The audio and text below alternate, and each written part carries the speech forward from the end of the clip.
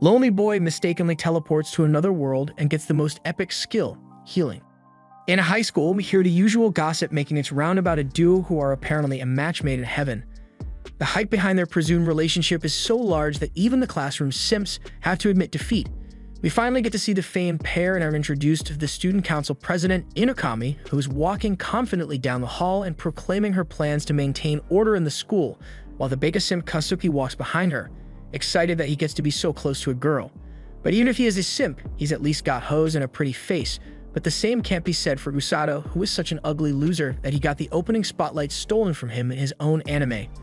He is just your average high school boy with zero friends and zero hoes, so the only thing of interest that happens to him all day is finding a fallen nest of baby birds. He may be an outcast, but he is at least a kind one, so he helps the birds back into their nest and says they can pay him back later if they want to. But then he realizes that he is talking to a bunch of baby birds and leaves before he gets any weirder. He envies all the other impressive high school students and wishes he could be like them as well, or at least get some friends so he doesn't have to talk to birds all the time. Usato decides it's time for him to go home, but his luck keeps on getting worse as when he goes to his locker, he finds that someone has taken his umbrella. He spots another one over by the wall, and for a moment he thinks about just snagging it and leaving its owner stuck here, just like he is. But then again, so far being kind is the only remarkable trait he has, so he decides that he will just wait out the storm instead. As he takes his seat and accepts his fate of being stuck here, he sighs that it would be so much easier for him here if he could just use magic to just blow the rain away. But things don't work out so conveniently for him. And the rain must have taken his comments personally because several hours later, it is still pouring strong and is even raining slightly more as a little FU to Usato. While he is wondering what he is going to do, he hears a voice come around the corner and finds Inokami is still in school. Normally, everyone would have left school hours ago, so she asks what he is still doing here. But this is the first time he has ever been this close to, let alone had a conversation with a girl, so he is stumbling over his words like an idiot. She manages to piece his half sentences together and realizes that he must be stuck here because he doesn't have an umbrella. However, it is almost the school's lockup time, so the gates are going to be shut soon. Usato takes the hint and decides to just run through the rain, even though it definitely means he will get soaked. But Inokami stops him because it wouldn't be right for the student council president to let a student get himself drenched while she has an umbrella in her hand. But just as Usato was about to get the chance to share an umbrella with Inokami, Kazuki shows up and offers Usato his spare umbrella, which he keeps in his bag for occasions just like this. This move successfully cucked Usato and dashed any dreams of physical contact with Inokami, but speaking of which, Inokami asks if Kazuki knows Usato since he is being very friendly with him. They are apparently in the same class, but remember, Usato's friend count is a total of 0, so Kazuki must have really put some effort into learning all his classmates' names. This is the first act of kindness that Usato has ever experienced, so even though he didn't get alone time with Inokami, it seems that he has managed to raise his friend count to 1. He is still a bit awkward, but Kazuki tells him there is no need to be so stuffed around each other since they are classmates, and seeing that Kazuki has become friends with him, Inokami gets in on the action, and they are now a trio of students. It looks like luck is finally on Usato's side as he went from holeless and friendless to just holeless. He gets to walk home with the popular kids, something all the other students would kill to be able to do, so he is finally doing something interesting. On the walk home, Usato talks about how he had thought Kazuki would be more of a ladies' man than he is since he is always seen talking with the girls in class, but the hoes just flock to him. There's nothing he can do about being good looking. Usato also thought Inokami would be far more unapproachable than she actually was since she is revered as a goddess by all the students. If she so much as sneezed in class, her snot would be bottled up and sold on eBay for $1,000. So getting to talk to her like this is still jarring to him. Just to get out of the way, Usato asks if they happen to actually be dating like the rumors say, but they deny it and say they are just around each other a lot, so it is natural that those kind of rumors would be spread. With that cleared up, Inokami asks Usato if he has any plans for the future or anything, but he hadn't really thought about it up till now.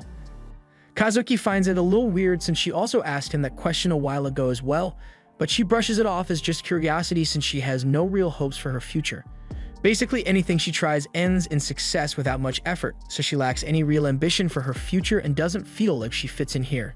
She is literally suffering from success. While Usato has never really tasted success, he definitely knows what it feels like to not fit in, so maybe they are not so different. The three continue to walk when Kazuki and Inokami stops in their tracks because they claim to have just heard something that sounded a lot like church bells just now. They can hear as clear as day, but Usato doesn't hear anything because he's being sidelined by the isekai forces. He gets closer to them to see if they are alright, and thus it gets pulled into the isekai portal, even though he was never actually meant to be there.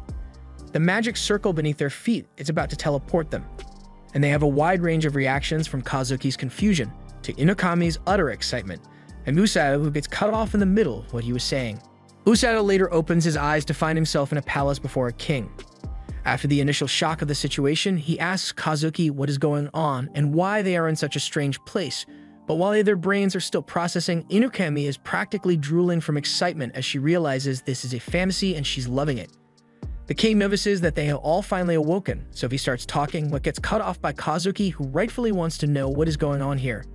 A guard tells Kazuki that he is being impertinent towards the king, but the king is fine with it since he did just basically kidnap a bunch of kids. He apologizes to them but asks that they at least hear him out before they make their judgments on what to do from here. He introduces himself as King Lloyd of the Linger Kingdom, and Inokami is only getting more excited as he talks. He goes on to explain that they were summoned to his kingdom as heroes, and Inokami has a minigasm on the floor from the sheer excitement. The King of Demons had laid siege to his kingdom, and with a combined effort, they were successfully able to repel him for now. But since the Demon Lord is surely strengthening his army right now, they probably won't be so lucky next time. Thus, they decided it might be necessary to take drastic measures and turn to the forbidden spells of ages past that allowed them to summon heroes into this world with the potential to oppose the Demon Lord. That is a very plausible story, but Kazuki is missing the part where that became his problem. He was just living his life a moment ago, but now he's being asked to fight some Demon Lord and he's supposed to just be okay with it. He had a good life and a family that he loves, so he wants to be sent back to his world. But the king apologizes again and tells him that the summoning spell only works in one direction, so it isn't possible to send them back right now. This isn't good enough for Kazuki, who gets even angrier. But then he gets reminded that he is surrounded by armed guards who serve the king, so picking a fight here won't get him anywhere. The king gets down from his throne and walks up to 3 before kneeling before them. He swears that he will find a way to send them back to their original world in the near future. But in the meantime, he asks that they lend him their power to help save his kingdom and its people. Inokami calms are excited for a bit and asks the king why he keeps referring to them as heroes, even though he has no information on them, so he has his assistant, Welsi, explain. The hero summoning magic circle contains a spell that seeks out individuals who could be potential heroes, which is why they would hear a bell sound before they are summoned. But that just means that while Inokami and Kazuki were the intended target, Usato just got dragged along for the ride and isn't a potential hero. We cut to the magic aptitude evaluation that they will be taking, and Welsi instructs them to place their hand on this magic orb to determine their attribute and its strength. While Inokami is taking her turn, Kazuki asks Usato if he really isn't angry about the way things turned out for him. Not only was he summoned here against his will, it happened by accident too. But luckily for him, the king actually accepts responsibility for his actions, and despite the likelihood that Usato might just be a regular dude, he is still being treated well. Besides, Welsi told him that there is still a chance that he might be able to use magic after all, so he might as well try. Usato is taking this a lot better than Kazuki was expecting, and then there is Inokami, who is still itching to get her grubby little fingers all over that ball. Once the preparations are complete, Inokami places her hand on the crystal ball, and it begins to glow with a brilliant yellow. This is indicative of the thunder element and also reveals that she has a huge mana reserve. Next up is Kazuki, and once he touches it, it begins to glow pure white, and this is one of the more rare abilities because only a few people can wield it.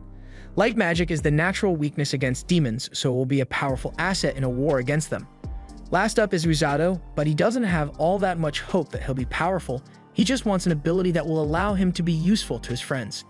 He touches the orb and it begins to glow with a beautiful emerald green color, so he asks Welsi what it means, but she's freaking the hell out and grabs him to go inform the king of what has just happened. She bursts into the throne room to meet the king and he asks what happened. She says Kazuki and Inokami both have great magical aptitude, but the real issue is with Usato's magic. The king doesn't understand what the big deal is and jokes that it wouldn't even be that bad if Usato's magic was the dark element. But Welsi mentions that his aptitude test showed green, and the king's face immediately goes to "oh shit, this is bad." With how they are reacting, Usato wonders if he might be radioactive or something, but it is something much worse than that. The king starts making plans to relocate Usato somewhere else for his own safety. Usato asks if his ability is really that rare, but there is actually someone else who has it, and that is the problem because she is major bad news. And as if on cue, the woman they were talking about bursts into the throne room. Everyone who knows her has a look of fear on their face, but Rose is just being diligent in her service to the king. She was supposed to be on vacation right now, and she decided to come in and check on the status of the summoning ritual. She spots Usato there and asks if he is one of the heroes, but the king, trying to draw her attention elsewhere, says he is just a random kid who got caught up in the summoning ritual by accident. Rose believes him and introduces herself to Usato as the captain of the kingdom's rescue squad. Wellesley then redirects her attention to the crystal ballroom where Inukami and Kazuki are waiting, so Rose begins to leave, much to the relief of the king. He tells Usato that they will figure out what to do with him later, but for now, they will provide him with suitable accommodation. However, Usato still has many questions he would like to be answered since he never learned what kind of magic green is meant to signify. Unfortunately, this was said within earshot of Rose, and upon realizing that his magic is green, she immediately makes a move to kidnap the boy. The king initiates a code red and asks Wellesley to get Usato out of here for his own good, so she forms a magic bubble and has him racing out of the castle at high speed. But Rose is always up for a manhunt and chases after him at amazing speeds. She catches up to the bubble and with a single punch, bursts it along with the entirety of Usato's intestinal tract. From the courtyard, she tells the king that she will be taking Usato, but he doesn't need to worry because she will turn him into a proper healer with her training. The king can do nothing but watch as Usato gets abducted, and the news is later broken to Inukami and Kazuki. They ask if he is in any danger, but it's not like there is a threat of him dying, but there will definitely be psychological damage inflicted. Green signifies healing magic, which is extremely rare for one to possess, so Rose, as a healing magic user herself, took Usato to train him on how to use it. The only problem is that her training methods are a little, well, they violate OSHA regulations, health and safety requirements, and break a few restrictions of the Geneva Convention. Usato learns from Rose that his ability is that of a healer, so she plans to train him to become one, which is why she brought him here. She calls on the boys to meet Usato, and in an instant, he is surrounded by 5 big burly guys and pinned against a wall. All that's missing now is a camera and a white couch. Rose roundhouse kicks one of them and says they shouldn't scare Usato, so she carries on with her explanation. These guys are part of the rescue squad, but they aren't actually healers. There are 2 other healers in the rescue squad, but they are stationed elsewhere right now, so Rose is going to take on his training personally. And to put it lightly, Usato is screwed big time. There wasn't much he could do about the situation, so he chose to just sleep it off and see what happens. And as he awakens the next day, he finds that he is still in this world. The other members of the rescue squad who are currently getting breakfast ready come into the room and tell Usato that he has visitors here to see him. He is surprised to hear that and goes out to find Inumaki and Kazuki have come to check on him. They got worried when they heard that a green-haired lady just grabbed Usato and left, but it seems he actually isn't in any serious danger from his current condition. He tells them that he is fine, but then he remembers that he is still meant to be training under Rose today, and he is still thoroughly screwed because that walking tank of a woman is going to personally train him. He may be alive right now, but there's no telling if he will still be breathing by tomorrow. The others ask if the training is really that bad, and from what he has heard about it, it really is that bad. But he seems oddly calm about his fate since he already resolved himself to complete the training no matter what it does to him. There is nothing better for him to be doing anyway, so he might as well put up with it for now since it will give him a chance to not be so useless in this world. Inumaki finds what he says to be inspiring and makes a promise to do her best with her training as well, and that lifts Usato's spirits a bit as he starts talking about the kind of cool hero training they might do. The 2 later leave the rescue outpost to return to their training for the day, and as they go, Usato thinks those 2 are amazing for adjusting in this world so quickly. If possible, he would like to become someone who can help them in their various battles as heroes, which is why he is going to give his training everything he has got, even if it might kill him. Speaking of the devil, Rose comes out and asks if the heroes have finally left, startling Usato and making him give a very robotic response.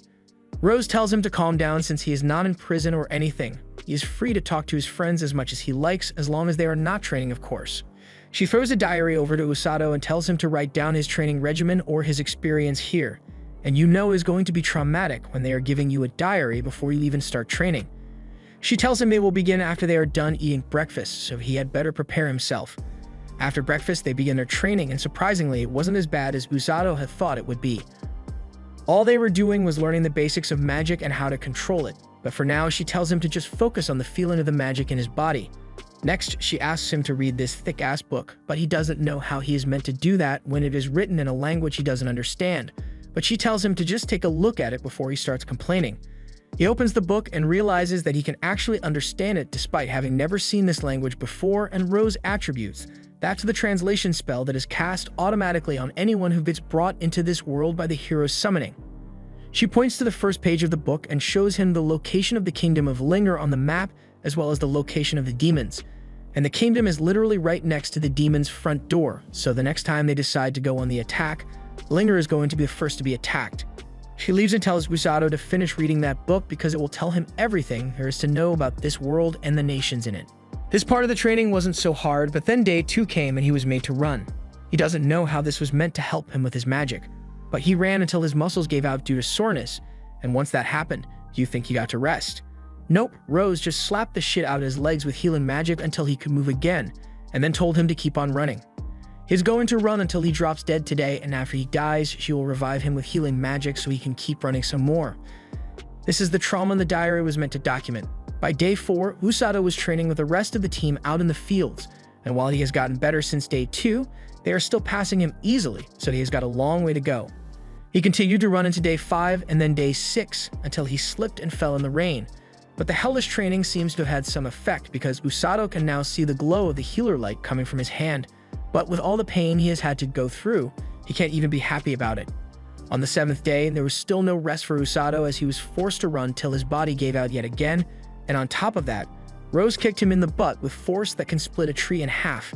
She tells him that the more he hates her, the harsher she will get, and true to her word, Usato got his butt kicked repeatedly, day after day, until his body was forced to learn how to output healing magic for its own survival.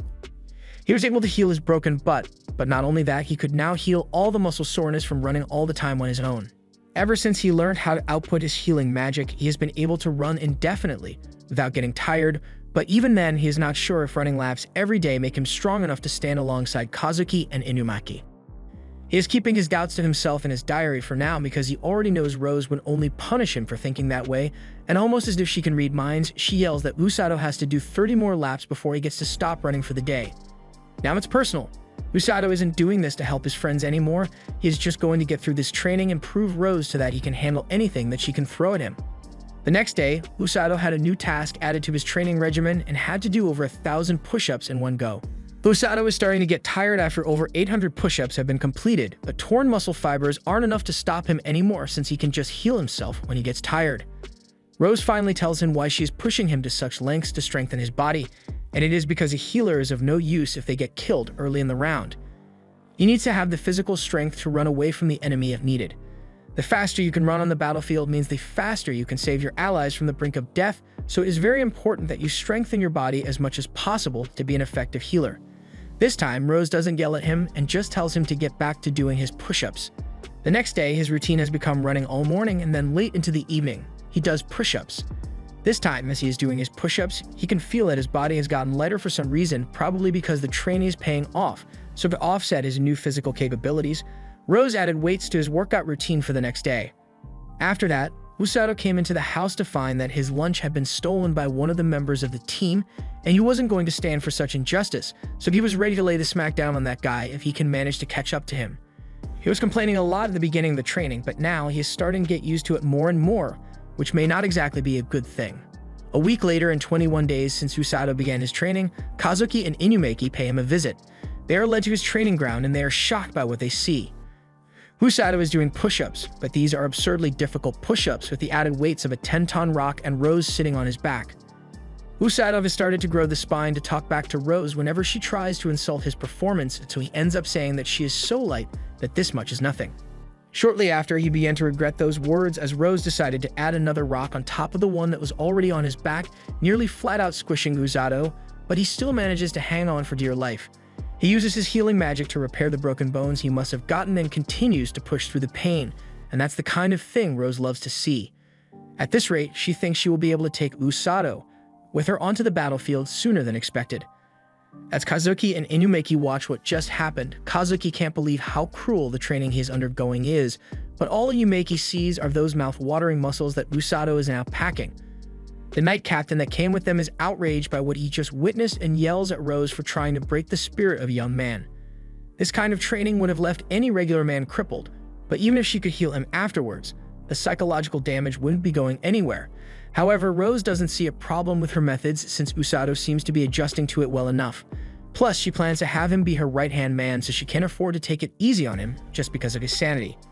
Usato hears this, and this was never part of the agreement. He doesn't remember ever saying he would become her right-hand man or anything. Rose tells Usato that he can take a lunch break and catch up with his friends since she has things to talk about with Sigillus. So Usato, Kazuki, Inumaki, and Princess Celia, who accompany them, all go to have a chat under a tree where Usato learns that Sigillus is the strongest knight in the kingdom. It's currently the one teaching Kazuki and Inumaki how to use a sword in battle, which Usato finds awesome. That aside, he asks who this girl is, so she introduces herself as Princess Celia of the Olinger Kingdom, and realizing that she is the princess, Usato begins to bow and apologize if he was rude to her. Celia doesn't like the princess treatment, so she asks Usato to just treat her like any normal person. She brought a pastry for them all to share together, so they dig in. Kazuki asks Usato if his training is always as bad as it was today, but he actually had it pretty easy today compared to what he normally has to go through. Usato asks what kind of training Kazuki and Inumaki have been up to this entire time, so he recounts that they've been doing sword training with Sigillus, followed by some magic training with Welsi in the afternoon. But their mental health is still taken into consideration while they are going through the training, unlike what Usato has to go through, but he has lost enough brain cells, so he is used to it by now and it's not as bad for him anymore. Usato reaches for another slice of pie and Inumaki can't help herself and gets real down bad for Usato's rock-hard abs. Usato tries to change the subject before Inumaki can any more moist and asks if there was something Kazuki wanted to ask him. Kazuki says it's nothing much, he was just wondering if Usato was having a hard time here, and yes, he definitely is, but is much more manageable than it was when he first got here. He wanted to run away, but Rose was too fast, so he had no chance of escaping, but after doing it for a while and getting used to the new environment, he has started to think of this place as home and somewhat enjoy the training. He may just be being stubborn in the end, but since he is not a hero or anything, he wants to be able to assist them when they go into battle against the demon army. Just then, the guy who ate Usato's food a week ago shows up to bring Usato his lunch, but Usato has still got beef with him. They start trading blows with one another, and Usato will probably win since he can heal himself and the other guy can't. But the others wonder if they should intervene or something. Kazuki thinks it is fine since Usato seems to be having fun, so this is probably him at the happiest he could be. Knowing that Usato is alright, he decides it is time to go back to the castle and continue his training, so they all get up to follow him back.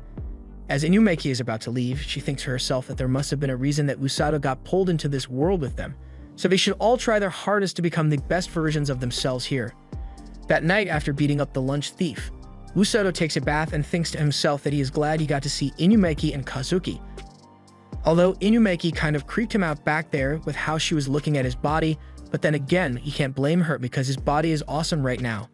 He is faster, stronger, better, and this is all a result of the training he has constantly been doing, pushing his body to its very limits, and then healing it back up with his magic for an incredibly fast growth rate.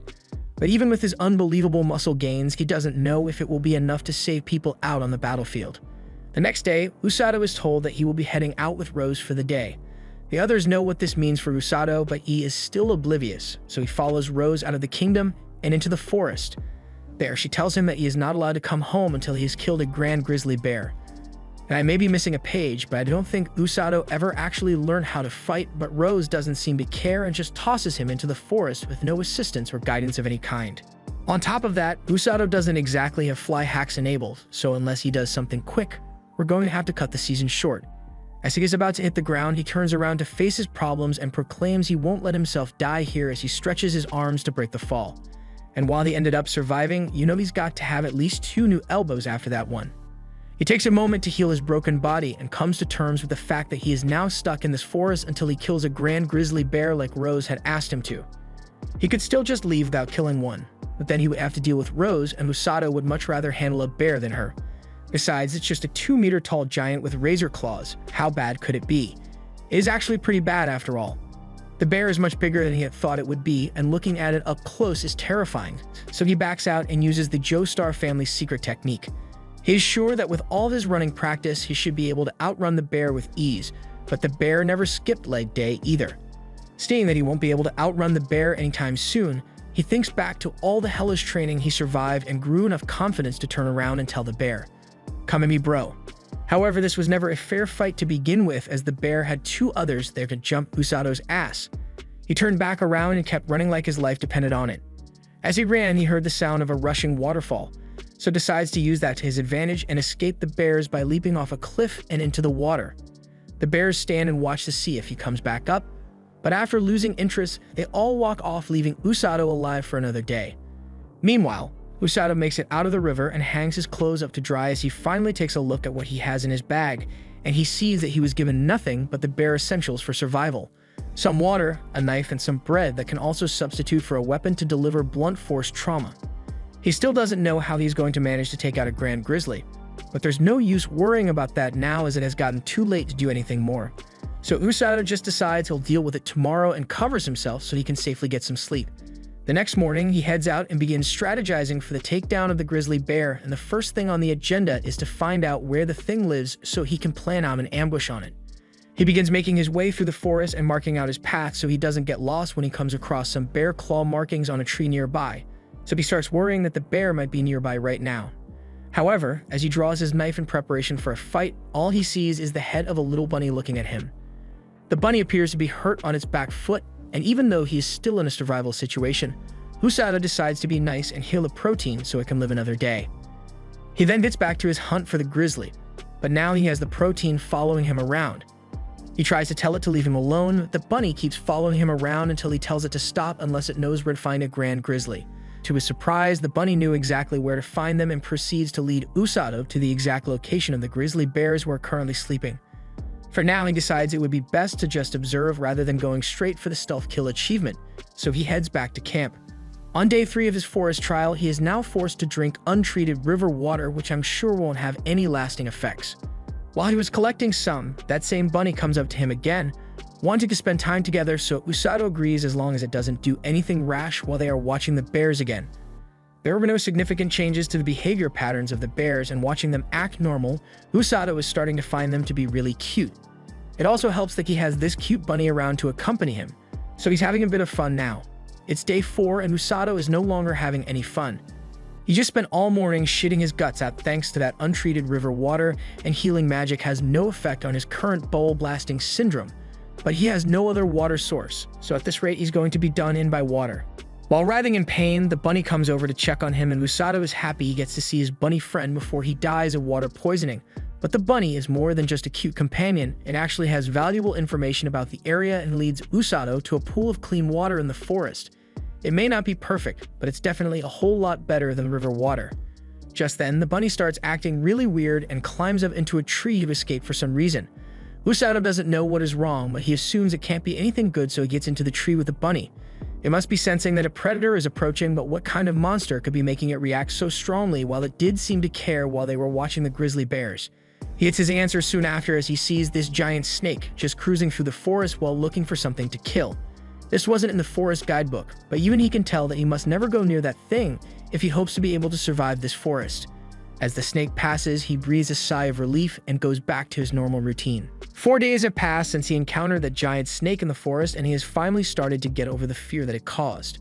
He has kept on watching those grizzly bears and still finds them really cute, but the fact still remains that if he doesn't kill the Grand Grizzly, then Rose won't let him go home, so he is inevitably going to need to kill that bear sooner or later, so he decides that he will finally do it tomorrow.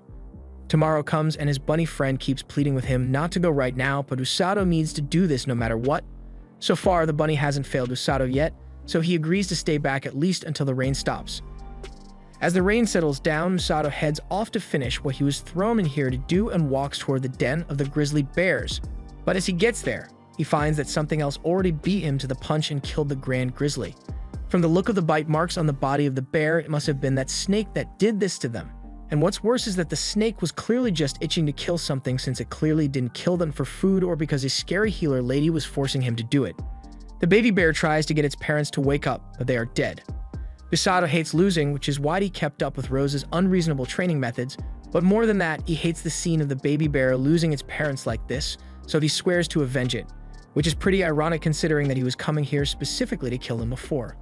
Back in the kingdom, Inumaki and Kazuki go to visit Usato again and are told that he isn't here at the moment. He has been out training in the forest for the past 10 days so far, but Kazuki thinks that is a bit too long to just be training and starts probing for the details of Usato's training regimen, but the guys don't want to give any details without Rose's permission, so they feign ignorance. Kazuki is still really worried about Usato, but Inumaki doesn't seem all that bothered, since from what she knows about Usato, he'll be fine.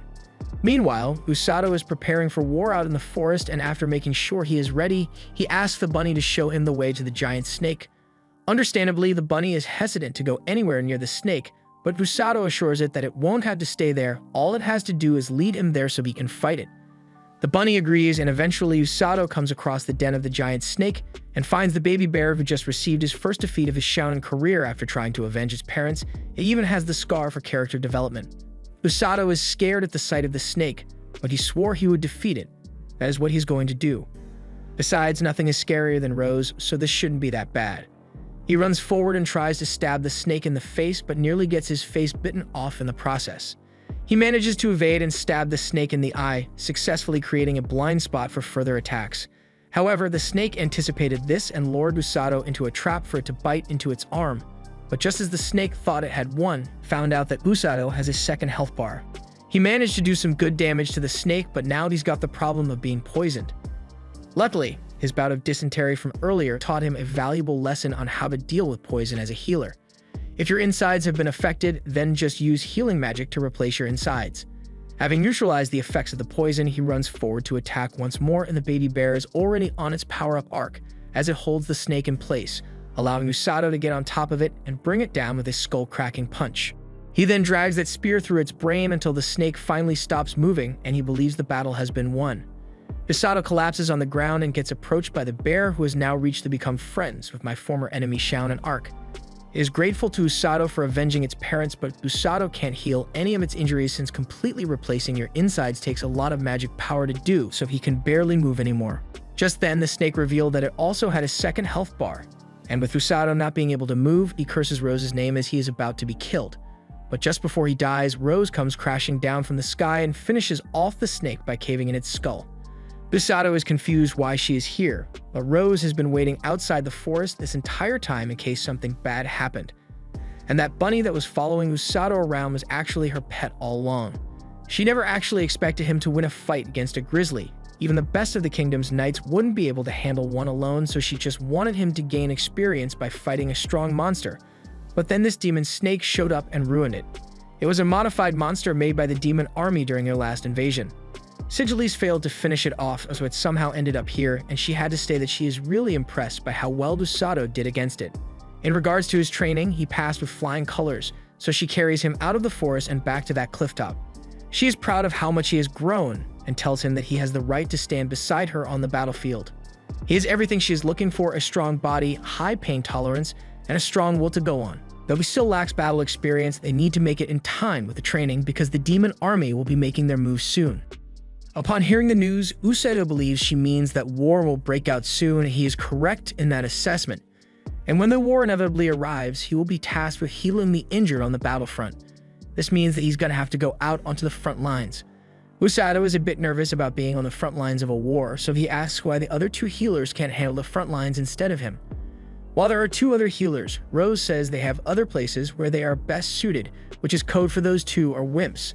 But not Usato, as he has what it takes to keep up with Rose, and for that reason will be indispensable to the lives of the soldiers who will be relying on him. No pressure, but yeah, a lot of pressure. In any case, Usato still has time before he needs to start worrying about that, and hopefully by then, he will be ready.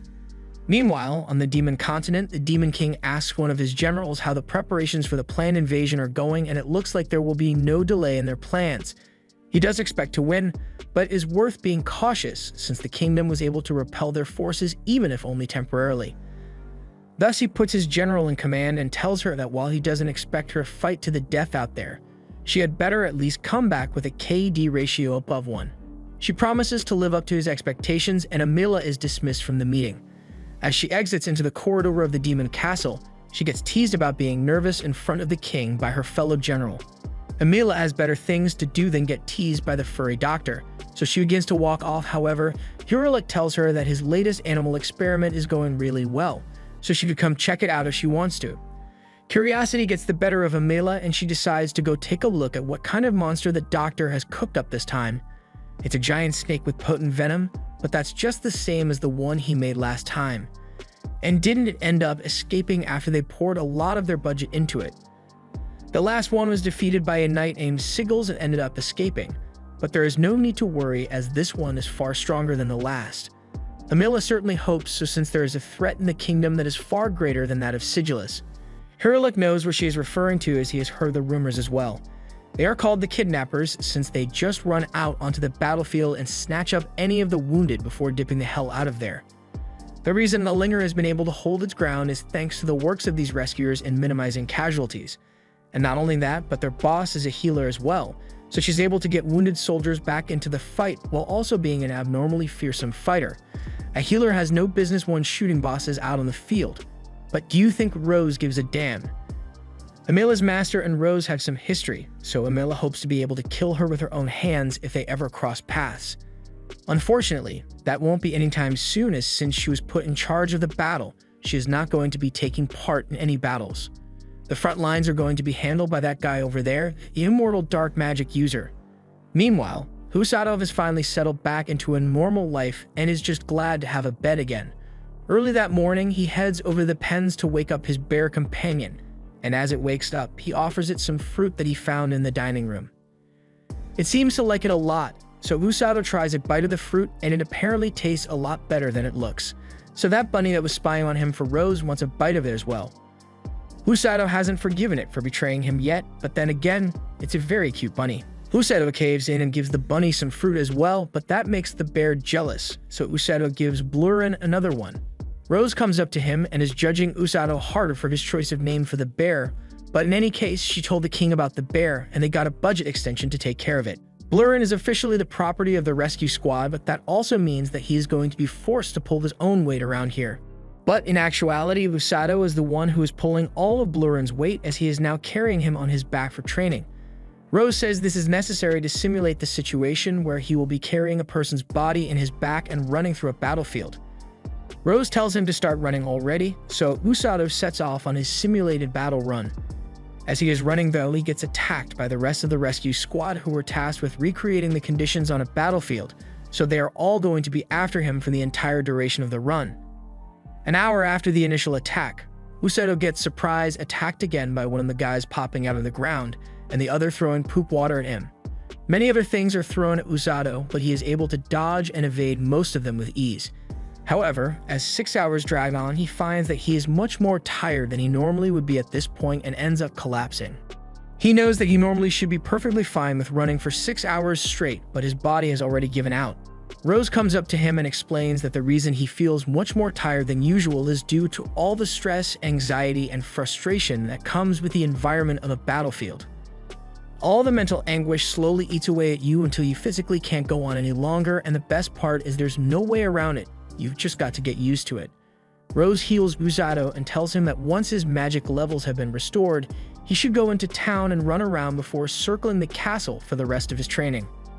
All while carrying Blurin, of course. Usadov does as he is instructed, and as expected, people begin to stare at him as he runs through the town carrying a blue grizzly bear. The people slowly realize that Usadov is one of the members of the rescue team, so they now know that there is nothing to be worried about. Blurin's nose picks up a good scent, and he wakes up to tell Usadov to follow the scent, which ends up leading them to a stall where the delicious fruit from that morning is being sold. Usadov apologizes to the lady since he doesn't have any money on him to buy anything, but he asks what that fruit is called since he doesn't know what it is. She informs him that it is one of the country's signature fruit.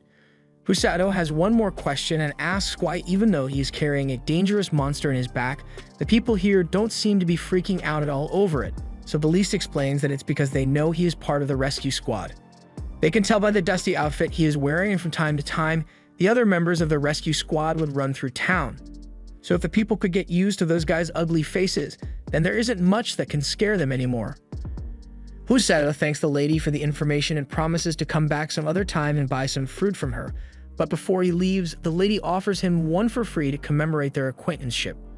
Usadov thanks her for the fruit, but he doesn't get to enjoy even a bite of it, as Blurin chomps down on the entire thing and also a bit of Usadov's arm as well. Usadov gets moving again, and as he leaves, a girl who was assisting the old lady comes out and asks if the boy who just left happens to be a part of the rescue squad, and it seems like she might have some interest in him. As Usadov was getting closer to the castle, he decided that he might as well visit the others since he was here anyway. But as he continued to run, a blonde man notices him and starts trying to catch up to him, but he clearly can't keep up at all. Husato notices him as he is about to die of exhaustion and turns around to get him to a place where he can rest and be healed. This guy is named Orga, and he is one of the other healers that were mentioned earlier. And while he seems quite nice compared to Usato, Rose was right, he's a wimp. Orga is really impressed that Usato can manage to keep up with Rose's training regimen, as it was impossible for him and his sister to do so at all. His sister is the other healer, who is 5 years younger than him, and they run a clinic in the town and healing the citizens with their magic. However, if he is so good with healing magic, then how come he wasn't able to heal himself to recover his stamina while he was chasing Usato? In Orga's case, he just isn't very good at healing himself, but he's much better when it comes to healing other people. Usato asks what Orga's role is on the battlefield, and for the most part he stays in the rear while the members of the rescue team bring the injured back to be healed. Usato reveals that Rose had asked him to join her out on the front lines, but honestly, he doesn't know if he is cut out for something like that. Orga understands what Usato means and explains that in battle, the ones who are in the greatest danger are always the knights and magicians on the front lines. This reminds Usato that his friends fall into the category of people who are sent to the front lines and have to fight there. Warriors on the battlefield who get injured can usually do nothing but wait for death to come knocking as they bleed out. Their only saving grace are the healers running around to save them, and while Orga knows it is a dangerous and exhausting job, he also knows that Rose wouldn't choose someone to go out with her unless she truly believed that he could handle it. Orga needs to get back to his clinic soon before his sister gets upset with him. So Usato gets up to continue his training, but before he leaves, Orga asks him not to hate Rose too much since she may be a little abrasive at times. As Usato leaves, Orga's sister Ruru shows up and scolds him for leaving without her since he has the stamina of a 5-year-old. Orga says he's fine, but more importantly, he got to meet someone very interesting, and he's sure she'll like him the next chance they get to see each other. Usato makes it up to the castle and is worried that Blurin won't be allowed inside since he is a monster, but to his surprise, the king already gave permission for him to go in with the bear. Usato enters the castle and finds Inumaki training with some of the knights, so they sit down to talk. Usato starts narrating the story of what happened to him while he was training but Inumaki is too distracted by how fluffy Blurin is. She asks if it is okay to pet him, and Usato says it's fine, even if she gets her hand bitten. He can just heal her afterward. Inumaki reaches her hand out to pet him, and she indeed gets bitten. After Usato heals her, she asks if he came all the way here just to visit her, trying to get a tsundere reaction out of him, but he really did just come here to see her. Kazuki as well, but it seems like he's not here right now. He went out with Sigillus and some of the other knights to gain experience in the forest, so when he gets back, it will be her turn to go get experience. Usato is sure she will do fine and tells her as much before getting up to finish off his training for the day. That night, Usato meets with Rose and tells her that he was terrified to set foot on the battlefield, but today he realizes that he is even more terrified of losing his friends. So while he can't fight and won't kill, he will save everyone that he can, and Rose is happy to hear him say that, as those are the ideals of a true member of the rescue squad. The next day, Usato is woken up by a bag dropped on his chest as the king has issued an order for him to head out. He will be accompanying Inumaki on her upcoming training mission. As they head out, Usato asks Rose why he needs to accompany Inumaki on her training in the first place. After all, Kazuki had someone as powerful as Sigillus accompany him. She tells him that he was actually meant to join Kazuki as well, but at the time he had just returned from his forest adventure, so she refused the king's request. However, the king sent another request for a healer, and she couldn't exactly deny his request twice, so Usato needs to go now. But there's nothing to worry about since he is not going as combat support, he is just there in case they need a healer. They arrive at the castle gates, and Inumaki is surprised to see that Usato will be joining them on the expedition, and even better, she gets another chance to play with Blurin since Usato brought him along. Though the real reason Blurin is here is because he kept biting everyone's hand, so he can't leave him at base. Moving on, Inumaki decides to introduce Usato to the rest of the party, so he meets Iruku the Knight and Korin the Mage. Usato is pretty sure he has already met the knight before, and he is right as he sees him guarding the castle gate on his morning run. Just then, Rose walks up to Inumaki and warns her that Usato's healing magic isn't a get-out-of-death-free card. It can heal wounds and cure poison, but there are limits to its capabilities. Thus, she shouldn't take it for granted. But considering she was trained by Sigillus, she shouldn't need to be healed too often. Rose walks off, and Inumaki remarks that she is really strong. She's never been in the military before, but hearing Rose made her instinctually salute. They get on with the expedition, and we get a look at Kazuki as he is training with his sword. The princess comes up behind him and scolds Kazuki for working his body even harder despite being so fatigued from training, and even in this world, it is clear that the hoes still flock to him. Celia is worried for his well-being, but he assures her that he is perfectly capable of handling this much exertion. Meanwhile, Usato hears from Inumaki about the condition Kazuki was in when he returned from training. He was worn out from battling monsters while he cleared the forest, but he said the battle experience was worth the pain, and now they are going out to do the same thing. Usato recalls what happened last time he was in that forest, and he wonders if Blurrin misses his home after being gone for this long. But speaking of Blurrin, Inumaki asks if he will be waking up anytime soon, because if not, she wants to pet him. Normally something like that would be fine, but with how her hands were wriggling, I'm pretty sure we can classify that as a crime. Usato is not about to let Blurrin get fondled in his sleep, so he smacks Inumaki's hand away repeatedly.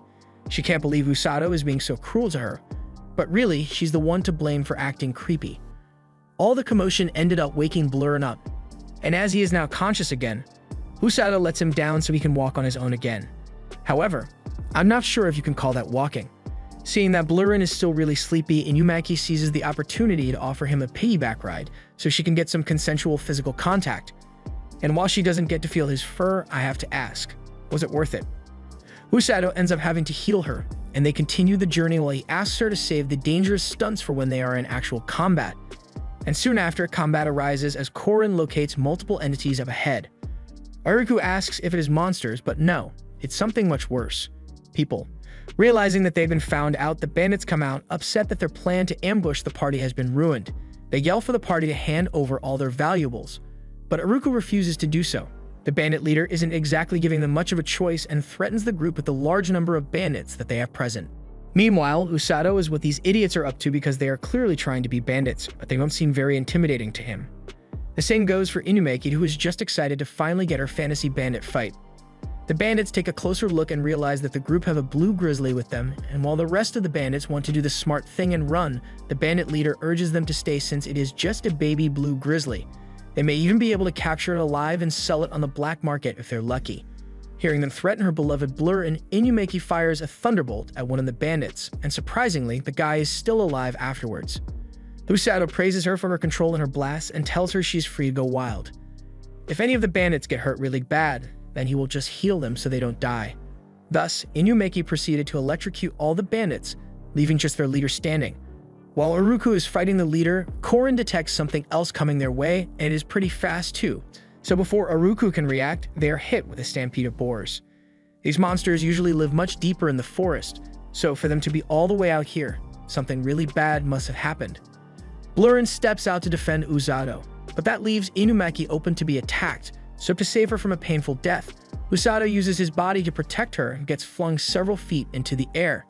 He uses his healing magic to regenerate all the damage that they are surely going to take from this fall as they crash through trees and off the side of a mountain into a river. He remembers that he's been in this river before, so he knows there's a huge waterfall up ahead and warns Inumaki to brace herself. Usato opens his eyes to find Inumaki standing over him and trying to move his body to safety, but there was no need for all that since Usato already healed himself and was just resting after he dragged Inumaki out of the river. In any case, he wants to heal that cut on Inumaki's face before they do anything else, and she apologizes for having things come to this while they were out training. Usato says it's fine, and if he had to be stranded with anyone, then he is glad that it was her. But still, he never would have imagined that he would end up back in this forest so soon after he left.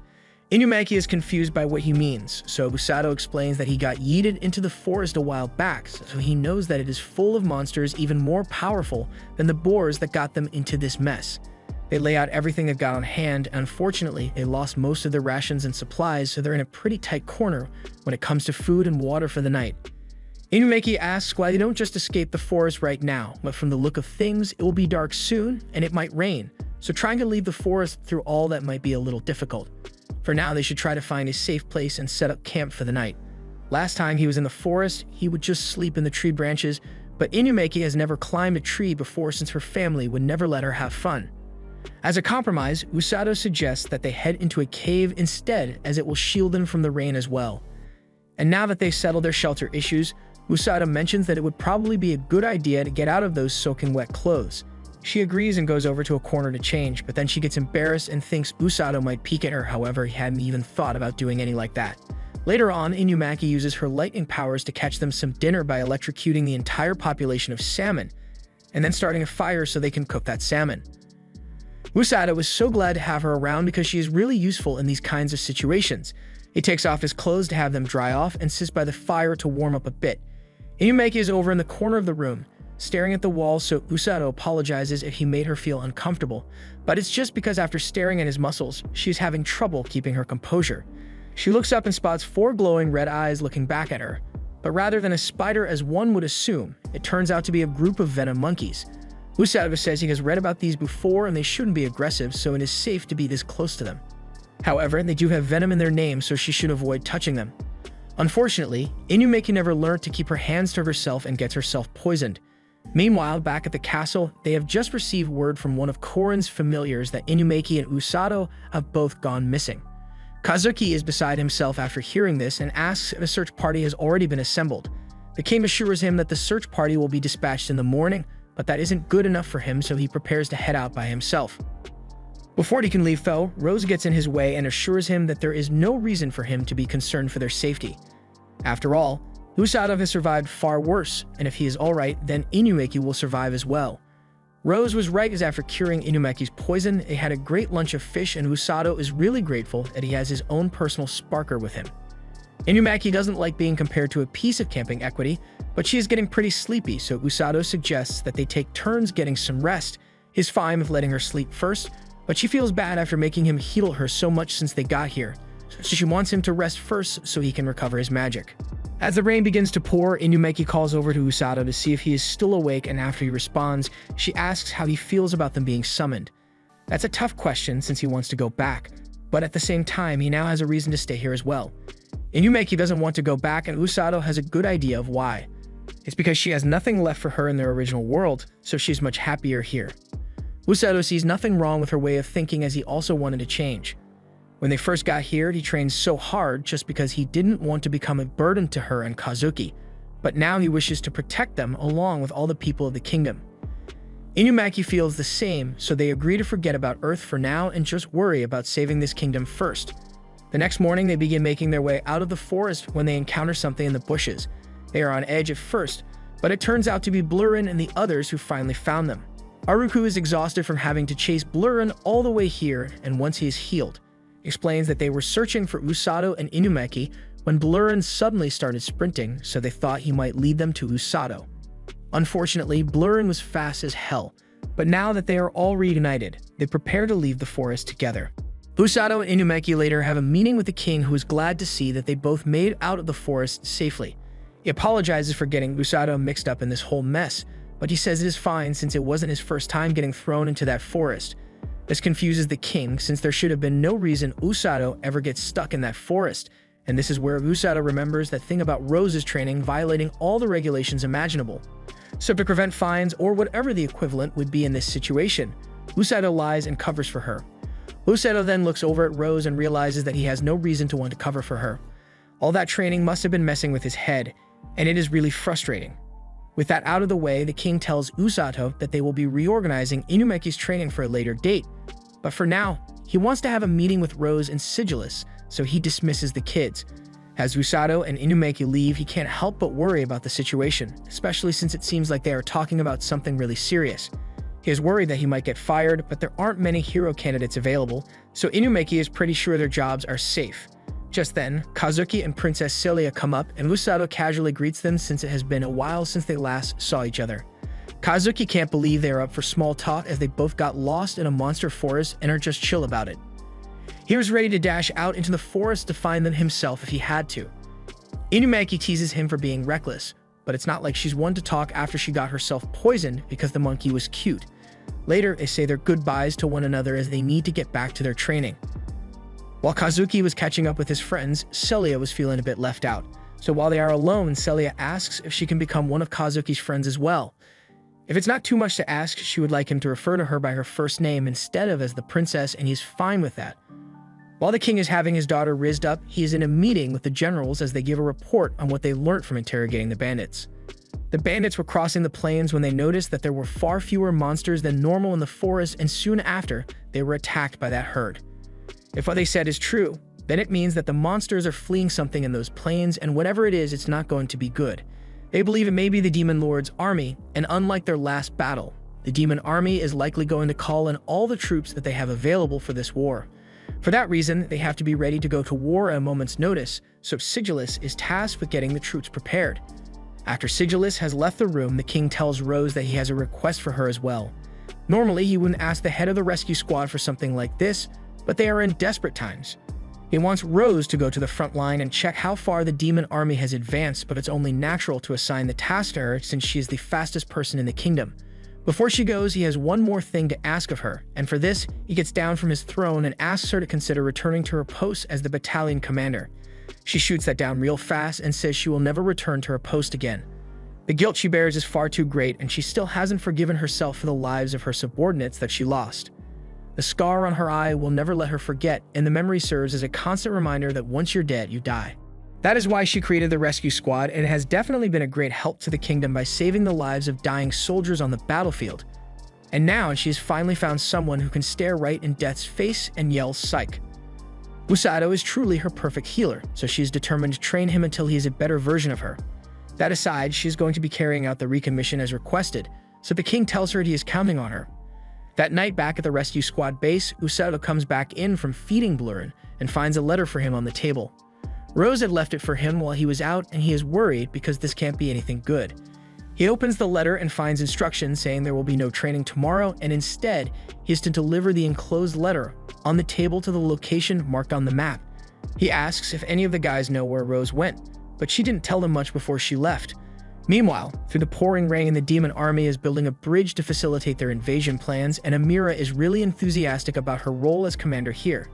However, Black Knight finds it to be cringe and tells her as much. Amira doesn't like his attitude, so even though they were equals before coming out here, she makes it clear that she is the commander here, so he has to listen to her orders. Black Knight doesn't really care and just walks away to wait until the bridge is completed. Herla comes over to see how things are going, and everything seems to be going according to plan, as in a few short hours, the bridge will be complete, and they will finally be able to begin their invasion of the kingdom. Just then, Amira receives a report from one of her soldiers that there is someone on the other side of the embankment. It is most definitely a scout for the kingdom, but she says it is fine to leave him alone, especially since by the time they get back to warn the kingdom, the invasion would have already begun thanks to the progress they've made in the bridge. However, moments later, a whole ash tree is chucked into the bridge, and it is knocked into the river. Amira is having trouble processing what just happened, as there should be no way a single person can throw a tree that far. But as she looks up at said person, she sees Rose standing there and is enraged. Rose just smiles as she has had down what she came here to do, so she goes, "I'ma head out." This was meant to just be a reconnaissance mission, but at least she was able to buy the kingdom a few more days by destroying that bridge. The next day, Usato is out in town following that map Rose gave him, and people seem to be staring at him quite a lot, but it's more so because he is acting way too normal for someone who is part of the rescue squad. Usato happens to pass by that fruit stall he saw last time, and he would like to buy some fruit, but he still has somewhere to be, so he says he will come back for it later. He makes it to the location on the map and walks in to see if anyone is around. Yururu comes out to greet him and recognizes the rescue squad uniform, so she realizes that Usato must be the guy Orga was talking about last time. This is the clinic run by her and her brother, and right now, Orga is busy examining a patient, but she tells him he is welcome to have a look if he wants. They check in while Orga is healing his patient, and Usato notices that Orga's healing magic is much more intense and smooth than his own, so he really is specialized in this. After the boy is healed, both he and his mother are overjoyed, and now that he doesn't need to concentrate anymore, he realizes Usato and Yururu were watching. They sit down to chat, and Usato finally delivers the letter from Rose. While Orga is reading, Yururu chats with Usato about the Resume squad, and Usato ends up asking why she decided to quit. There were many reasons, like even though she's not as good as her brother, she is also specialized in healing others, so she couldn't keep up with the training. Meanwhile, as Orga reads the letter, you can tell that it's not good news from his sour expression, but he tries to hide it from the others while they continue to talk. In truth, Yururu feels a bit bad that she couldn't handle Rose's training, especially since Rose put everything she had into training them at the time. But she couldn't make the cut and ended up being slightly scared of Rose, although she seems to be much happier now that Usato is around. Just then, a man comes running into the clinic in a panic as he tells Orga that there was an accident where a guy fell off a roof, and on his way down, he took out 2 other people, so they need help quick. Orga agrees to come and asks Usato if he will be willing to join them, so they all head out to the scene. Usato makes it there first and Orga still has terrible stamina, so he catches up later. There are 3 people laid out on the floor bleeding. So after checking, Orga is sure that yeah, these guys are messed up pretty bad. He asks Usato to take care of one of them while he and Ururu handle the others. Usato prepares to heal the man's injured leg, but he is starting to second-guess himself because he has never had to heal an injury this severe before. And if they end up on the battlefield, he is going to have to heal injuries that are worse than this. Orga tells him to calm down and relax because to heal others, all he needs to do is believe that he can do it. Usato remembers what Kazuki said about Rose having complete trust in his capabilities, and if she believes in him, then he can believe in himself. They eventually manage to heal all the wounded people, and as they return to the clinic, Ururu and Orga praise Usato for doing so well in the situation, so they ask that he come by to help once in a while since they could use an extra set of healing hands. After Usato leaves, Imu turns serious as Orga informs Ururu that they have been called out to war as the demon army is approaching. There are no certainties in war, but Orga assures his sister that everything will be alright. Usato picks up that fruit he wanted and was about to head back to the rescue squad base, but he is suddenly grabbed by a little girl who says Usato is the only one that can change the future. She then proceeds to dump several time loops worth of trauma on Usato and then leaves. She can't just dump all that on him without an explanation, so Usato begins to look for her so he can get some context on what that vision was supposed to be, but she is nowhere to be found. The girl looks down at him from her room window, and she must have signed an NDA or something in exchange for that future info because she really doesn't want to explain things to him. Instead of providing some insight, she just silently begs Usato to succeed because he is the only one who can change the future. Usato continues to ask around town for the Fox Girl to see if anyone knows where she could have gone, but the guards haven't seen her anywhere. He cries out in frustration over the girl disappearing on him, and Rose happens to hear the commotion he is causing, so she comes over to check out what's going on. The guard gets scared by the mere presence of Rose, so he removes himself from the situation as soon as she arrives. And Usato can't really blame him either, as Rose is indeed pretty scary. Unfortunately, he made the mistake of saying this in front of her, so Rose palms his face and lifts his body by the skull. He tries to take back what he just said, but Rose heard him loud and clear. He then changes the subject by asking what Rose has been up to for the past day, so she finally drops him and explains that she was out on a field mission to scout out how far the demon army had managed to advance. Usato asks for more detail, so she continues by saying the demons were trying to cross the river by building a bridge, but there's nothing to worry about for now as she managed to destroy their bridge, so they should have a few extra days of safety. Usato is happy she did that, but that was a lot for someone who was meant to be out scouting, which earns him another face-palming from Rose. As they walk back to the healing base camp, Usato tells Rose about the Fox Girl he is currently looking for, and Rose seems to know something about her, although they have never personally spoken with each other. About 2 years ago, the girl arrived in the kingdom by herself. She was only 12 at the time, but she managed to cross the wastelands while dodging the bandits and kidnappers that must have been coming after her.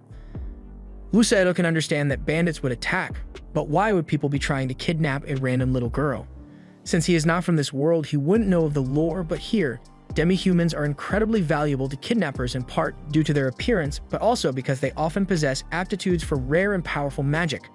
The part about demi-humans possessing rare kinds of magic gets Usato's attention, so he asks if that includes being able to show people visions, so Rose asks what he means by that. He describes something like a nightmare of a future he hopes never comes to pass, so Rose gets the picture and states that there have been some beastmen known to have a magical ability called precognition that can predict the future, but that ability is extremely rare, and if one happened to have it, they would be heavily guarded for their own safety. She asks what made him bring up a question like that, but Usato doesn't want to tell her the full details of what happened to him, so he explains it away by saying he just read about it in a storybook. Rose is suspicious, but she has nothing more to say for now and tells Usato to head back without her because she needs to give a report to the king about her scouting mission. Back at the castle, Rose has just completed her report to the king, so he thanks her for her hard work and halting the enemy's advance. However, although she may have slowed them down, they are definitely working on rebuilding that bridge right now, so they have a few days at best before they complete it. This means they need to prepare for the invasion immediately, so he calls for Kazuki and Inumaki to be brought in for a meeting so he can brief them on the situation. The two of them have received the urgent summons and wonder what could be so urgent that they needed to be called immediately. As they turn the corner, they bump into Princess Celia and Inumaki treats her like she normally does, although things seem to be awkward between her and Kazuki. The king is still waiting for them, so Celia says they can go ahead and speak with him now. Meanwhile, at the rescue squad base, the guys are snoring as loud as ever while Usato lays in bed unable to sleep. He can't get the vision of the future out of his head, But even if he knows what will happen, what can he possibly do to stop it? The one thing the fox girl said before she ran away was that this is a future he can prevent, but he doesn't understand how he could possibly do that. Just then, he sees some floating lights outside the window, and since he is the only one awake, he gets to check it out only to find Kazuki waiting outside. The two sit down and have a chat, and Kazuki apologizes for coming here at this time of night, since Usato probably needs to be up early in the morning for his training, but he says it's alright since he wasn't sleeping anyway. Kazuki tells Usato that he was just called into a meeting with the king earlier this night and was told that the battle with the demon army will soon be beginning. He was expecting this, so he wasn't too surprised, but Inumeki seemed almost happy to have the chance to be soaked in demon blood. However, when he thought about having to fight and kill on a battlefield, he lost his nerve and ran out of the castle, which is why he is here now. He admits to Usato that he is scared to fight a war, and back when he was training the Sigillus and had to fight monsters, his legs froze up after he saw them for the first time. The monsters put up a fierce fight when he tried to fight them, and once he finally managed to defeat one, it dawned on him that he had been taking this whole situation way too lightly. When he fights the demon army, they are going to try to kill him with everything they've got, and that's not something he has come to terms with yet. The people of this kingdom have been so kind to him, supported him, and are relying on him to be their hero, but he's not sure if can live up to what they expect of him. Usato understands how he feels and begins to tell him how he thought of him back on Earth. He always thought Kazuki was a cool guy who knew what to do in every situation, but now he knows that even he gets scared as well. It must be tough having to live up to the expectations of those around him, but just so he knows he doesn't have to keep living up to those expectations. It's good to try to help others, but that should make him feel like it's wrong to put himself first sometimes. Kazuki asks how Usato feels about the war, so after thinking about it for a bit, he states that he will be joining the warriors on the front lines. He wants to save the people who get injured out there, and it's not like he isn't scared out of his mind whenever he thinks about it, it's just what he decided to do. Even though he could end up dying, he wants to be able to save the people he cares about, including Kazuki as well, and he'll do that whether Kazuki goes out to fight or not, because either way, he is still going to be his friend. Seeing Usato show so much resolve in the face of immense danger for the sake of his friends makes him more confident, so he decides that he will fight to protect everyone he cares about as well. The two make a promise to each other to keep the kingdom safe, but then Usato realizes that everything he just said was hella cringe, so he just wants to forget about it. Unfortunately, Inumeki was hiding nearby the whole time and listened in on the whole conversation. She tries making fun of his speech to get a reaction out of him, but he's not in the mood and tells her to leave it for tomorrow. Besides, he knows the reason she is here is because she got worried about Kazuki and followed him here. She confirms as much but says everything worked out because Usato managed to convince him to fight for the kingdom. Although, Usato still kind of wishes Kazuki didn't have to fight in this war. Inumeki asks if the same goes for her, and he would rather she didn't put herself in danger, but her situation is different because she already made up her mind to live in this world for the excitement, so fighting is something she really wants. She realizes he is right and decides to end their chat for the night since tomorrow is going to be a big day. The next day, the king makes a declaration to his army that the Demon Lord's army has been sighted near the capital, so it is only a matter of time before they are invaded again. He plans to intercept the demon army in the grasslands. They managed to repel the demon army last time, but by now the enemy has surely strengthened their forces, so it won't be as easy a battle as it was last time. However, that does not mean all hope is lost, as the kingdom has also made efforts to strengthen its forces. They have heroes Inumeki and Kazuki on their side now, who have pledged to do their best to defend the kingdom. And they have also got the aid of the rescue squad that was crucial in preventing casualties during the last war. He is sure that people must still be worried, but he has complete faith that the kingdom will emerge victorious this time. Tomorrow the fight begins and they will win. We later see Kazuki all dressed up in his suit of armor for the battle, but before he leaves there's something very important he must do, so he heads over to Celia's room. Celia was sitting on her bed when a maid came to inform her that Kazuki was here to see her. She answers the door and Kazuki apologizes for barging in on her like this, but she is actually happy she gets to see him before he leaves. He informs her that he will be leaving for battle tomorrow and she is worried for him, but tells him she hopes he has success in battle. Before he goes, Kazuki tells her that he will be back, finally calling her by her first name and making her blush, but at least he didn't confess his love or anything because that would have been a definite death flag. Back at the rescue squad base, Umaru is marveling at how cute Blurin is and asks if Usato will let her pet him. Usato has nothing against her petting Blurin, but she may lose a finger or two, especially now that he has gotten bigger. She doesn't think that will be an issue since animals always love her, but as she tries to pet his head, Blurin smacks her hand away repeatedly. She's on the verge of tears since he won't let her pet him, but that's when Rose's bunny shows up and gets on her shoulder. She tries to pet it as well, but even the bunny won't let her touch it. While she is dealing with rejection, Usopp notices that Orga is being rejected by gravity, so he goes over to save him from dying before the battle begins. Orga thanks Usopp and apologizes for all the trouble they are causing, but he doesn't really mind since Ruru seems to be really cheerful despite it all. Orga explains that she looks cheerful, but she's actually pretty nervous right now since it is her first time heading out into battle as well. She's just acting that way to cope. Just then, Usopp gets called into Rose's room because she has something to tell him, but he's a bit nervous now because he has never been called up into her room before, so he's a little worried about what may await him in there. Usopp heads up to Rose's room and she tells him they need to talk about something. She asks if he remembers what his role is on the battlefield, so he answers that he is meant to heal the injured with her on the front lines. He is right, but Rose says they won't be doing that at the beginning. The other members of the rescue squad will carry the injured to the rear at first, then they will heal them along with Orga and Ruru. Usopp asks why they won't be in the front lines from the start, but she says there isn't a point to being out there so early since there won't be many injured people. And with all the chaos that is bound to happen, non-combatants are going to be easy targets. She also has one more thing to tell him for when he does head to the front. He's going to have to make sure he only heals people who need it, otherwise he'll just be getting in their way. Now that she has said all she wants to say, she presents Usopp with a box and tells him to look inside. Within the box is a uniform she had made for him. It's made to help him stand out on the battlefield, and I've got to say he looks great in it. Rose has one more thing to tell him before they depart. Just because he can heal himself does not mean he is immortal, so he had better not take his life for granted. He never intended to die, but Rose tells him that she's known people who said the same thing and ended up dying anyway. If he does any of that self-sacrifice crap, then she will make sure she kills him with her own hands before the enemy can. Usopp gets the point that she is trying to make, so he promises that he will save everyone, including himself, and that brings a smile to Rose's face. As Usopp leaves her office, he still isn't sure what happened in that vision the Fox Girl showed him, but he knows what he has to do, which is to make sure Kazuki and Inumaki do not die. The long journey to the battlefield camp has begun, but it is taking far longer than Ruru had expected it to, since they haven't even reached the halfway point yet. They are heading out this far because they want to put as much distance as possible between themselves and the kingdom where they have to fight the demon army. At the front of the carriage, Usopp is riding with Rose and asks what demons are like since he has never personally seen one. So she explains that they look more or less human, but they have twisted horns and tougher bodies than humans do, as well as larger mana pools to draw from. So they surpass most humans in ability. Rose asks if Usopp is feeling scared now that he knows they are so powerful, but he already knew they would be dangerous to begin with, so this changes nothing. Besides, he already knows an even scarier monster that he is forced to deal with on a regular basis. Rose doesn't appreciate his comment, but instead of the usual beating, she just remains silent this time and continues leading the horse while having flashbacks to the last war.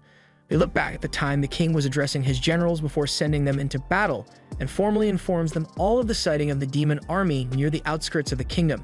So far, there have been no attacks thanks to the efforts of Rose, but there is no telling when casualties will begin to pop up, so they need to be ready.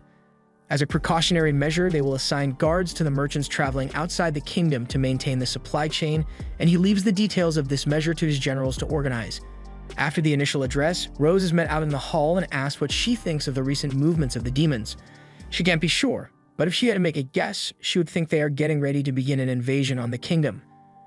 Although this is still just speculation since they don't know if they actually have enough forces to pull something like that off.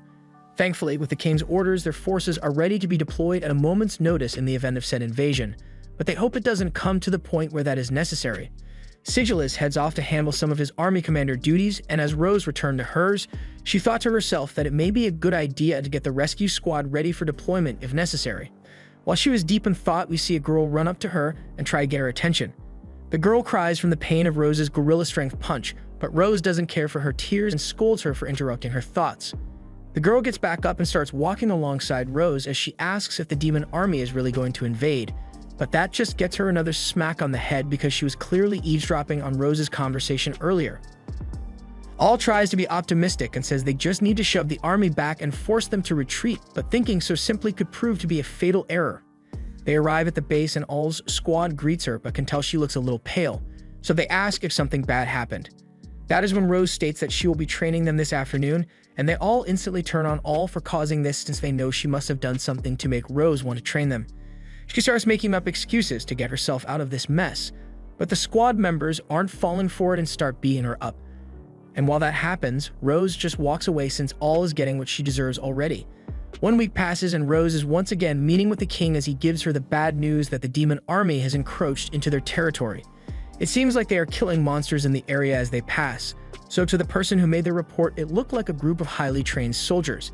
He is suspicious that they are attacking monsters, so there must be some nefarious intent behind it which they need to investigate. Thus, the king asks Rose to go find out what they are doing and what they plan to achieve by doing it.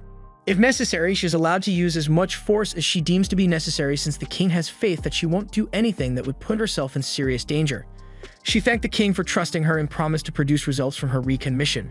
That night, Rose met with All's squad and gave them the rundown of her conversation with the king, so with that in mind, they'll be heading out tomorrow. One of the squad members asks what the estimated number of demons they'll be facing is, and from the information that was gathered, it looks like it's around 30. They'll be troublesome if they end up having to engage a force that large in combat, so All tries to cheer them and says not to underestimate the enemy, but then again they don't want to hear that from someone like All, even if she is their leader. They've had to train under Rose for the past week because of her, but she tries to defend herself by saying the training is really paying off since they are stronger than ever, which may be true, but that doesn't stop them from throwing things at her in anger. Rose turns her attention to the squad and tells them that they are going to have to be completely ready for the upcoming mission, so for that reason, she will be heading out with them personally. This gets the squad in high spirits, since although they know Rose can be insanely scary, she is still an amazing healer, so they don't have to worry about getting injured anymore. The next day, they headed into the forest by horseback and kept an eye out for any suspicious activity taking place, but they didn't spot anything unusual even after searching for the majority of the day. So after some discussion, they decided to search the west side of the forest as well. Some were opposed to the idea since the western side of the forest is known to be far more dangerous than the areas they've searched so far. For that reason, All suggested that they leave their horses behind since it would be too difficult to keep them safe along with themselves. The team listens to her since she is the deputy commander of their squad after all, but this is the first time they've ever actually treated her with respect. She tells the others to get some rest in preparation for the search tomorrow, but they all go to sleep immediately, leaving her to take the first watch. Rose tells All that she should get some sleep as well since she wants to take the first watch instead. While all the others are fast asleep, Rose notices that All is still awake and calls her out on it. All gets up and sits by the fire so she can ask Rose a question. She has always questioned why Rose would choose her to be the deputy commander when there are certainly many better options available than her for the position. Rose asks if she is saying she is unfit for the position, and that's exactly what All thinks of herself. The rest of the members of the unit have been personally trained by Rose to be the best at what they do, while All is just kinda there. As deputy commander, the only thing she does is submit request forms and handle paperwork, so anyone could have taken her position and there would be no change. Rose doesn't see how that makes her unfit to handle the position since she has thus far been keeping up with her tasks really well. With how well she manages, Rose may even someday hand over the title of commander to her. All wants nothing to do with the title of commander since she already has enough worries being the deputy. As Rose already knows, All is insanely stubborn. She served the entirety of her knighthood not listening to orders she didn't like, even if they came from superiors, and whenever she disagreed with someone, she would shut them up with her strength. But then she met Rose and suddenly all her tactics didn't work anymore. If she didn't listen to Rose, she would get smacked. If she tried to run away from Rose, she would get smacked. And if she tried to fight Rose, she would get smacked really hard. Rose doesn't really remember doing all that, but All certainly hasn't forgotten it yet. With that said, Rose says it is time to switch shifts on night watch, so she'll be going to sleep now. And as she walks away to get to sleep, she yells for the rest of the squad to get some sleep as well. All looks over and sees that everyone else was also awake and heard her entire conversation with Rose. They all tell her that they actually do trust her judgment and don't hate her as long as she doesn't do anything dumb. The next day, they head west and scale a mountain, which is why they couldn't bring their horses. Once they arrive at the summit, they find some alarming tracks. The claw marks of a wolf and tons of footprints, accompanied by fresh blood. It looks like the demons are really hunting monsters out here, but what would be the point of heading into human territory just to hunt monsters? Just then, they hear a loud roar coming from the forest, so Rose orders them to get in battle formation as they rush to the scene. We see a wolf being taken down by a group of demons and put in captivity. The squad is watching from a nearby bush and awaits instructions from Rose in order to avoid detection, but the demon leader still manages to figure out that they are there somehow. Rose gets up along with the others and confronts the demon about his reasons for being in human territory. He says he doesn't particularly like this mission he was tasked with, but it will be beneficial to the demon kingdom, so he had no choice but to do it. He won't tell her what those benefits are though. Rose still wants to avoid conflict, so she tells him that if he and his troops leave quietly, she can look past this transgression, but the demon has orders to keep this mission a secret, so now that they have seen it, he can't let any of them leave here alive. Rose puts all in charge of the team since she won't be able to give commands while she is busy with the demon commander. The demon commander charges at Rose while his subordinates clash with all and the others, and the demon commander begins by casting a spell to protect himself with wind. Rose is still able to keep up with him and eventually kicks him back with her insane strength, but in that split second, he also managed to slice her leg open. This is going to be tougher than she had initially thought, so Rose leaves things here to all and the others while she goes to handle him. As Rose chases him into the forest, the demon commander tries to escape by launching sneak attacks and fleeing when given the opportunity. However, something he didn't account for was the fact that Rose can one-hand palm a whole tree and chuck it like a football. Rose eventually throws a tree straight into him, but even that wasn't enough to put down the demon as he breaks free and casts a windblade barrier around Rose.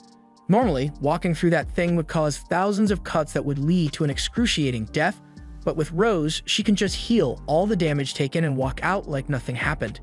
The demon recognizes how powerful Rose is as a healer, so he announces his name as Nero and asks Rose for hers since he sees her as a worthy opponent. After she gives her name, he summons his sword and declares that he will kill Rose here today, and Rose states that she will defeat him before he has the chance to. This was the end of episode 8. Thanks for watching. Subscribe to not miss the next part.